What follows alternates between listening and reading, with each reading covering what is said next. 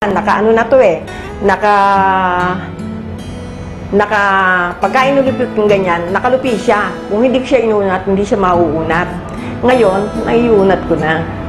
Tsaka talagang na-stroke ako since 2002, September 22, 2002, naulit ng October 2003. Then, tung 2007, naulit na naman tung May.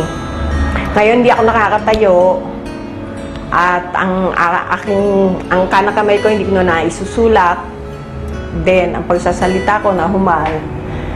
Pero nung matagpuan ko si Mr. Arburo sa church namin, church ng Adventist, ay hindi niya sinabi sa akin ng Alive kung hindi yung tungkol sa anak niya, yung CD bibili ako. Pero tumawag siya sa amin, ang tungkol sa Alive ang nasabi niya. Yung umattend dito, so hindi naman ako makalakad. Sabi ko, excuse me po, kasi hindi po ako pwedeng pumunta dyan dahil sa hindi ako makalakad. Ngayon, anak ko na lang papupuntahin ko. Then, nung anak ko po pupunta rito, nanood siya ng seminar, dahil nakita niya maganda, bumili siya ng isang banig na Alive, tsaka ng coffee. Then, pinainom niya kami. Sabi niya, ma, uminom ka nito, tignan mo sa iyo. Alam niyo, nakakatatlong tablet pa lang ako. Nakita ko ang ganda. Tsaka pati lahat ng pakiramdam ko na hindi ayos sa katawan ko, naging masigla ako. 3 tablet lang. Ngayon, sabi ng mister ko, siya hindi mo pa inom na basta ng Alive. Pero ngayon, pati anak ko, pati asawa ko, nagtitake ng Alive, pati pater ko. Sa diabetes, mga 2 weeks na uminom ako ng Alive bago nag-normal.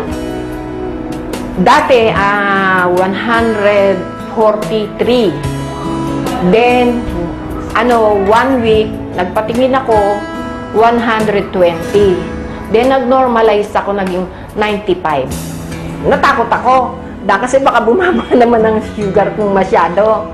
Pero ngayon, okay na, pati ang BP ko. Naging, dati 210/110. Dahil nga sa Alive, kaiinom ko siguro, bumaba. Naging 120/60. Kache-check up ko lang. Kaya ngayon, nangangasa. Sabi niya, may makeup ka ba? Namumulay ang mukha mo. Sabi ko, wala ako, natural to.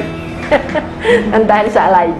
Kung mataas ang diabetes ko, hindi gagaling tong sugat kong ito. Akala ko, natatakot ako. Akala ko, hindi gagaling. Pero after 3 days, tuyo na siya. Kung may diabetes ako hindi gagaling ito. Pero ngayon, okay na. Tapos nagpa-x-ray ako. Dahil sumasakit ang libro nung una.